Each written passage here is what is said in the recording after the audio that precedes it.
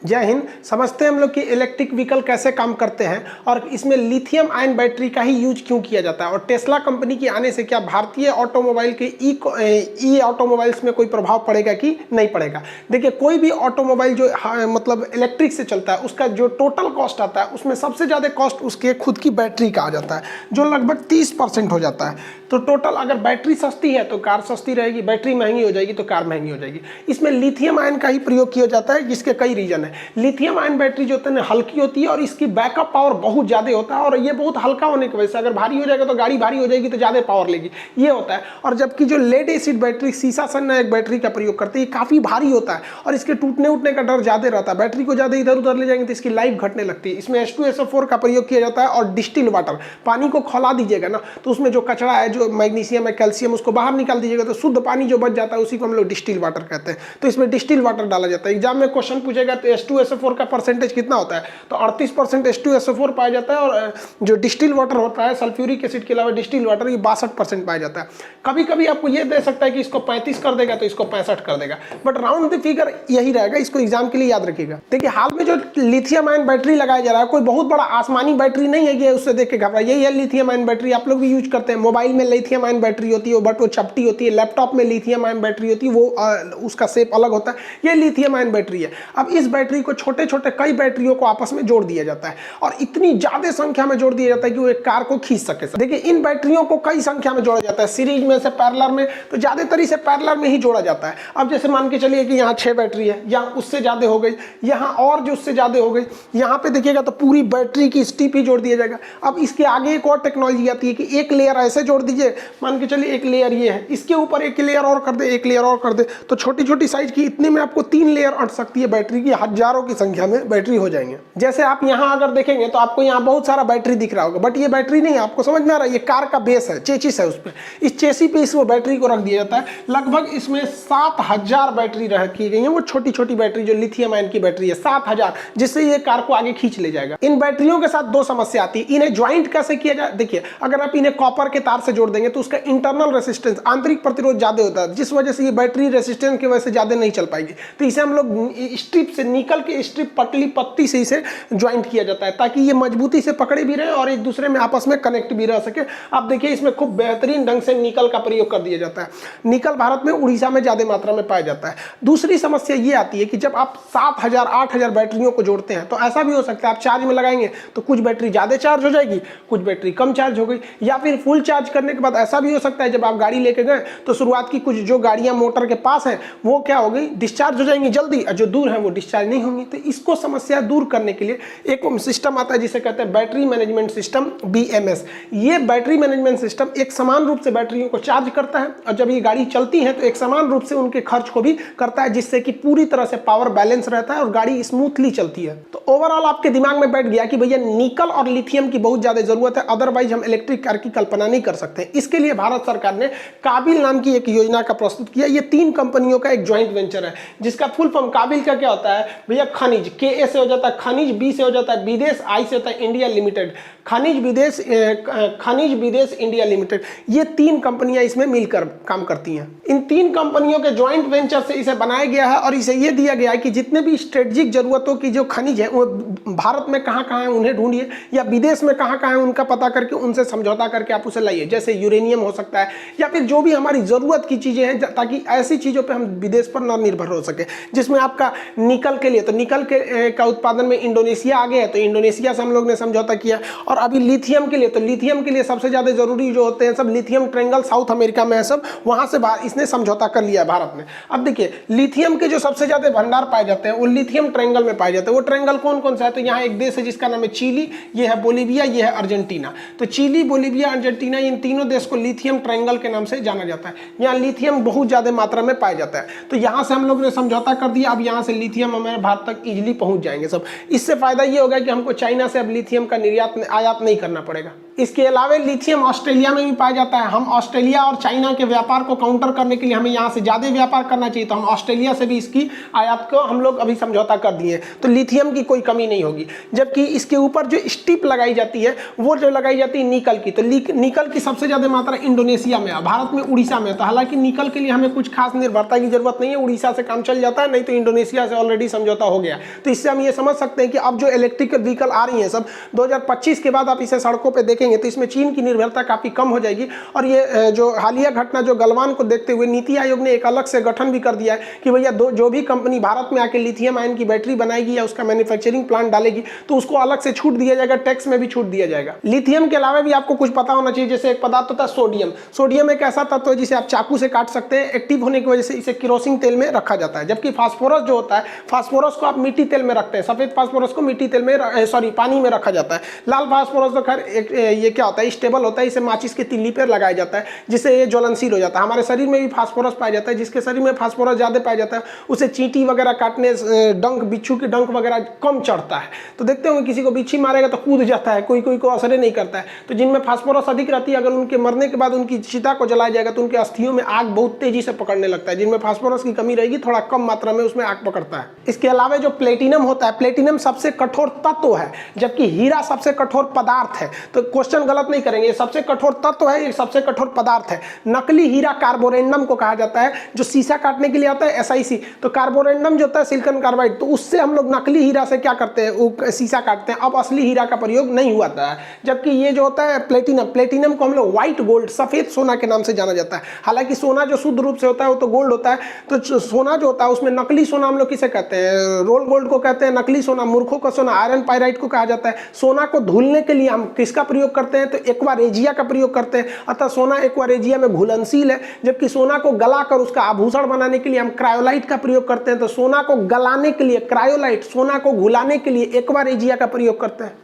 उसके अलावा आपको क्लोरोफॉर्म से भी आते हैं क्वेश्चन। क्लोरोफॉर्म को रंगीन बोतल में क्यों रखते हैं, क्योंकि ये फास्जिन गैस बना देता है, इसे बेहोश करने के काम में आता है। लेकिन इसका प्रयोग चोर डाकू करते हैं सब। ऑपरेशन थिएटर में ईथर का प्रयोग किया जाता है, क्योंकि क्लोरोफॉर्म से किसी को बेहोश करेंगे ना, जब तब उठ जाएगा। पता चला किसी का ऑपरेशन हो रहा, बीचों में उठ जाएगा, रे डॉक्टर बका कि रे किडनी निकाला है, क्या निकाला रे, खोल लिया किडनी, रख रख रख रख। तो ईथर का प्रयोग वहां करते हैं। हालांकि लिथियम आयन से भी अच्छा ईंधन जो माना जाता है हाइड्रोजन को माना जाता है। इसके सबसे ज्यादा ऊर्जा मिलती है, इसमें थोड़ा भी प्रदूषण नहीं होता है, 0 प्रदूषण होता है हाइड्रोजन से। लेकिन इसे यूज करना काफी मुश्किल है, इसलिए इसे हम भविष्य का ईंधन कहते हैं। जबकि दुनिया का सबसे महंगा पदार्थ यूरेनियम होता है, इसे येलो केक कहते हैं, इसे आशा का ईंधन कहा जाता है। जबकि अगर आप रेडियम को देखेंगे तो रेडियम को जीवन रक्षक हम लोग पदार्थ कहते हैं, और प्लूटोनियम को भय का धातु कहा जाता है। जबकि पारा यानी मरकरी जो होता है इसे क्विक सिल्वर के नाम से जानते हैं। खैर अपने टॉपिक पर आते हैं। अभी हाइड्रोजन को ईंधन के रूप में नहीं यूज कर पाते हैं, लेकिन लिथियम आयन बैटरी का यूज किया जाता है। अब ये काम कैसे करती है देखिए ध्यान से।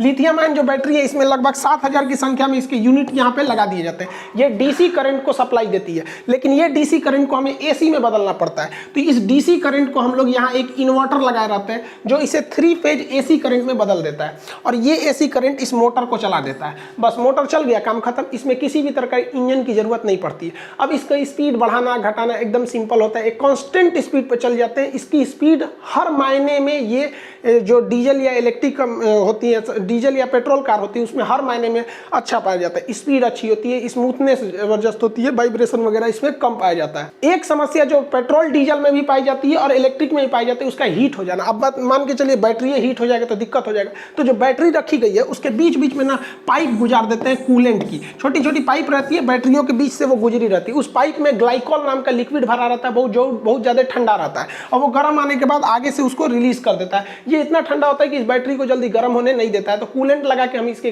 गर्म होने की भी समस्या को दूर कर सकते हैं। इसमें रीजनरेटिंग ब्रेकिंग सिस्टम का प्रयोग सबसे अच्छा होता है कि जब आप इसमें ब्रेक लगाइएगा तो ब्रेक लगाने से जब इसके ऊपर ये ब्रेक पैडल चढ़ेगा तो ब्रेक पैडल जो होता है एक मोटर से जुड़ा रहता है। जैसे ब्रेक लगाएंगे ना तो ब्रेक लगाने की वजह से गाड़ी दोबारा चार्ज होने लगती है। तो जितने ब्रेक लगाएंगे तो आपका गाड़ी लॉस नहीं होगा, चार्ज होगा। जबकि ऐसे देखेंगे डीजल गाड़ियों में जैसे जैसे ब्रेक लगाएंगे फिर एक्सीलरेटर लगाएंगे तो ज्यादा फ्यूल को खाता है। इसमें उल्टा है, जैसे ब्रेक लगाएंगे तो वो थोड़ा सा चार्ज भी होते जाएगा। इसकी प्रमुख समस्या चार्जिंग को लेकर, एक बार चार्ज होने के बाद ये 400 से 500 किलोमीटर तक जा सकता है, जबकि भारत में कोई भी आदमी को देखिएगा तो उसे 100-200 किलोमीटर भी जाना रहता है तो फिर कहता है कि भैया बीच में भरवा लेंगे। तो भारत में इसके चार्जिंग पोर्ट की समस्या, हालांकि टेस्ला कंपनी इस पर काफी ज्यादा वर्क करी है, वो अपने सुपर चार्जर का प्रयोग करिए, एक बड़ा सा एरिया जहां वो आधे घंटे में फुल चार्ज हो जाएगी। हालांकि पहले ये फ्री था, अब मिसयूज होने लगा, लोग इसी में पार्किंग लगा के चले जाते थे कि भैया कौन पार्किंग का किराया देगा, यही चार्ज में लगा देते होते रहेगा। तो अब इसे चार्जेबल किया जा रहा है, पैसे लगेंगे। भारत में अभी इसकी संख्या कम है, हालांकि भारत सरकार अगर चाहे तो अपने पेट्रोल पंप पे मैंडेटरी कर सकती है, जिसे पेट्रोल पंप रखना है उसमें कम से कम एक चार्जिंग पोर्ट को भी रखना पड़ेगा,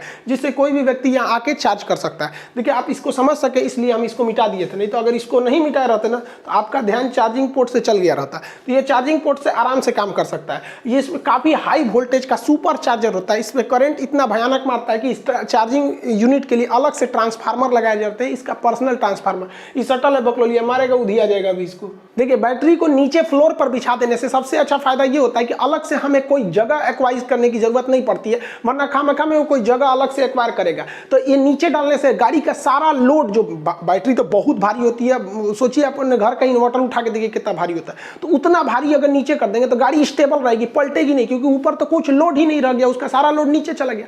दूसरा, इसे इलेक्ट्रिक कार को जब भी क्रैश टेस्ट कराया जाता है, यूरोपीय NCAP, ये क्वेश्चन पूछा हुआ है, क्रैश टेस्ट कौन करता है? Global NCAP new car assessment programme होता है। इसमें गाड़ियों को हर एंगल से लड़ा के देखा जाता है कि कितना अंदर जो रोबोट को बैठा दिया जाता है, जिसको चोट लगता है, सेंसर लगता है, वो बता देते हैं। तो इन्हें 5 रेटिंग, जितनी भी इलेक्ट्रिक कार होती है इजीली 5 रेटिंग कर लेती है। हालांकि डीजल और पेट्रोल की गाड़ियों को 5 रेटिंग आने में बहुत मुसीबत होती है। हालांकि भारत में टाटा कंपनी की जो जितनी भी गाड़ियां होती हैं उनकी रेटिंग काफी अच्छी होती है। इन इलेक्ट्रिक कार से एक फायदा ये होगा कि इनमें वाइब्रेशन भी नहीं होता है। अब देखिए गाड़ी का इंजन स्टार्ट होगा तो वाइब्रेट करने लगा, ये वाइब्रेशन भी नहीं करेंगे सब, और पोल्यूशन भी नहीं करेंगे, ना तो ये नॉइज पोल्यूशन करेंगे, गाड़ी स्टार्ट होगा घन घन घन घन करेगा, एयर पोल्यूशन को तो रद्द करके रख देते हैं। सबसे बड़ा फायदा होगा कि हम लोग करोड़ों रुपए जो क्रूड ऑयल को आयात करने में करते हैं वो खत्म हो जाएगा। क्रूड ऑयल को हम लोग बैरल में भर भर के मंगाते हैं। आपसे क्वेश्चन, एक बैरल में कितने लीटर होते हैं? 159 लीटर, 159 लीटर एक बैरल में आता है। बैरल को हम लोग देहात की भाषा में ड्राम बोला जाता है।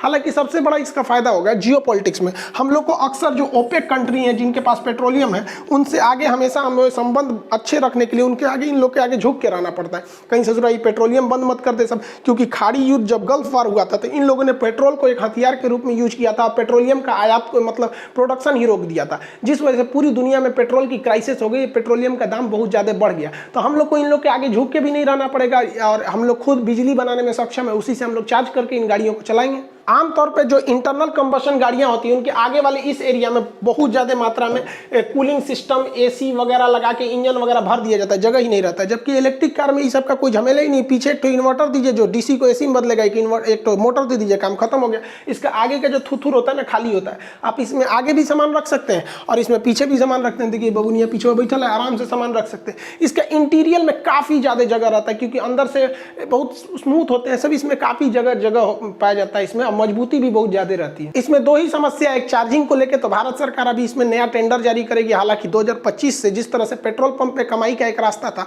अब इलेक्ट्रिक व्हीकल्स पे भी कमाई का रास्ता हो जाएगा। क्योंकि आपको भी पता है 100-150 किलोमीटर पे तो आप भी अपने गाड़ियों में पेट्रोल भरवाते होंगे, लेकिन फर्क यही है कि 5 मिनट में पेट्रोल या डीजल भरा जाता है। और इसमें भी है ये आराम से 300-400 किलोमीटर चली जाएगी आपकी गाड़ी, यहाँ पे कोई दिक्कत नहीं आएगा। लेकिन यही दिक्कत है कि इसको चार्ज करने में आधा घंटा टाइम लगता है, तो एक टाइमिंग की समस्या है। दूसरा, इसकी प्राइस काफी ज्यादा होती है, बहुत महंगी मिलती है। लेकिन एक फायदा ये है कि इसका मेंटेनेंस कुछ भी नहीं है, कोई सर्विसिंग का झमेला ही नहीं है उसमें। और जो सर्विसिंग करो, ये बिगड़ गया, इसमें कुछ नहीं बिगड़ता। इसकी बैटरी जब खराब होती है तो उसको रिफाइन नहीं किया जाता, दोबारा यूज कर लिया जाता है। इसकी बैटरियों को निकाल के आप इन्वर्टर में लगा सकते हैं, कहीं और भी लगा सकते हैं। इसकी बैटरी का जो लाइफ साइकिल होता है, भले इस गाड़ी में 3 साल 4 साल रहा है, लेकिन गाड़ी में निकलने के बाद भी ये 5-7 साल और चल सकता है। अब बात करते हैं टेस्ला कंपनी के। टेस्ला कंपनी के CEO जो हैं इलोन मस्क, इनको लगता है कि भैया भारत में बहुत कमाएंगे, बहुत होशियार आदमी है भैया, इसे दुनिया का सबसे अमीर आदमी नहीं बन गया जेफ बेजोस को पीछे छोड़कर। इसने अपना प्लांट लगा रखा है चाइना में, बैटरी उत्पादन करता है चाइना में, क्योंकि चाइना में लिथियम आयन आराम से अवेलेबल है, और वहां से भारत को भेज देगा यहाँ पर, और नहीं तो अमेरिका से डायरेक्ट भेज देगा। तो भारत में भैया मोदी जी को का पगला समझ लिए। भारत सरकार ने कह दिया है कि भैया जितना के तुम्हारी गाड़ी है ना, अगर खड़े बना के विदेश से लाओगे ना तो उतने हम टैक्स लेंगे। भाई साहब इसकी सबसे सस्ती जो गाड़ी है वो 28 लाख की है, लो अब इसमें उतने टैक्स लगेगा, तो 28 लाख की है, 28 लाख और टैक्स डाल दो, लो बबुआ। अब बाकी सब DTO चार्ज और जोड़ जाड़ के कुल ले दे के इनके 60 लाख रुपया पहुंचा देगा सब, लो 60 लाख रुपए अब बिकेगा भारत में यहाँ पे। जबकि अगर देखेंगे भारत ये महंगा होने की वजह से इतना नहीं बिक पाएगा, जबकि अमेरिका के लोगों के पास पैसे ज़्यादा है, जनसंख्या कम है, वो लोग इसको ज़्यादा देखते हैं। एक्चुअली ये फेमस किस लिए, अपनी मतलब ऑटोमेटिक के लिए, ऑटो पायलट पे लगा दीजिए अपने से चल जाएगा, आगे कौन है कौन नहीं ये चला जाएगा। तो भाई अमेरिका की सड़कें ना उस टाइप में है, हम लोग का सड़क कौन चीज़, जाते जाते रहो कहीं गढ़ा आ जाएगा, कोई हाथ देगा दाहिने मुड़ जाएगा बाएं, तो ये सब इसका यहाँ पे ऑटोमेटिक सिस्टम इंडिया में काम नहीं करेगा। वहीं इनको टक्कर देने के लिए टाटा की कंपनी, टाटा ने अपने इलेक्ट्रिक कारों को उतार दिया है जिसका इंटीरियर बहुत ही बेहतरीन है। वहीं भारत की पहली कंपनी जो महिंद्रा बन गई है वो यूरोप में अपने इलेक्ट्रिक व्हीकल को मतलब निर्यात किया है। XUV 300 यूरोप जाने वाली भारत की पहली इलेक्ट्रिक व्हीकल है। हालांकि अगर केरला की देखेंगे तो केरला की ऑटो कंपनी KL जो है वो नेपाल को अपने ऑटो रिक्शा वगैरह को निर्यात करना चालू कर दिया। तो हम ये समझ सकते हैं कि आने वाले 2025 से 26 तक में भारत में इलेक्ट्रिक व्हीकल की ये खपत बहुत ज़्यादा हो जाएगी। अब सूचना सुनिए, जो पटना का क्लासरूम है उसे 18 तारीख को ओपन कर दिया जाएगा। 18 तारीख को हिस्ट्री के बैच से लॉन्च हो जाएगा। हिस्ट्री का जो बुक्स थे वो उसको भी लाया जा चुका है। पॉलिटी तो बैच चल ही रहा है, वो तो आप ले ही लिए होंगे। यहाँ पे रेलवे प्रैक्टिस सेट वगैरह ये सब देखिए, इसमें से क्वेश्चन ज़्यादा आ रहे हैं। स्टैटिक जीके का पोर्शन बढ़ा दिया है, इसलिए आप प्रैक्टिस सेट पर ज़्यादा ध्यान दीजिए। करंट अफेयर जो चीज़ है, करंट अफेयर स्टैटिक का पोर्शन ज़्यादा है तो उस पर ज़्यादा ध्यान दीजिएगा। 18 से जब क्लासेज स्टार्ट हो जाएंगे तो वहाँ आप लोग को कुछ फी में डिस्काउंट दे दिया जाएगा, ऑफर रहेगा, 50% से ज़्यादा का फी को कट कर दिया जाएगा। और क्योंकि कोरोना की वजह से सबको प्रॉब्लम था यहाँ पे। दूसरा आपका जो बैच जाएंगे हिस्ट्री का आएगा, क्योंकि हिस्ट्री काफ़ी दिन बीच में जो लॉकडाउन की वजह से क्लास डिस्टर्ब हो गया तो उसके वजह से फिर ज्योग्राफी है, बायोलॉजी है, मैप का क्लास, सारे क्लास धीरे धीरे अब शेड्यूल हो जाएंगे अपने टाइम पर। आप अब मिलेंगे हम लोग 18 तारीख को वहाँ पर, जबकि लेकिन आपका ऑनलाइन क्लासेज, यूट्यूब एप्लीकेशन, ये सारी चीज़ें आपकी चलती रहेंगी जो एज इट इज चल रही है। मिलेंगे नेक्स्ट क्लास में। जय हिंद।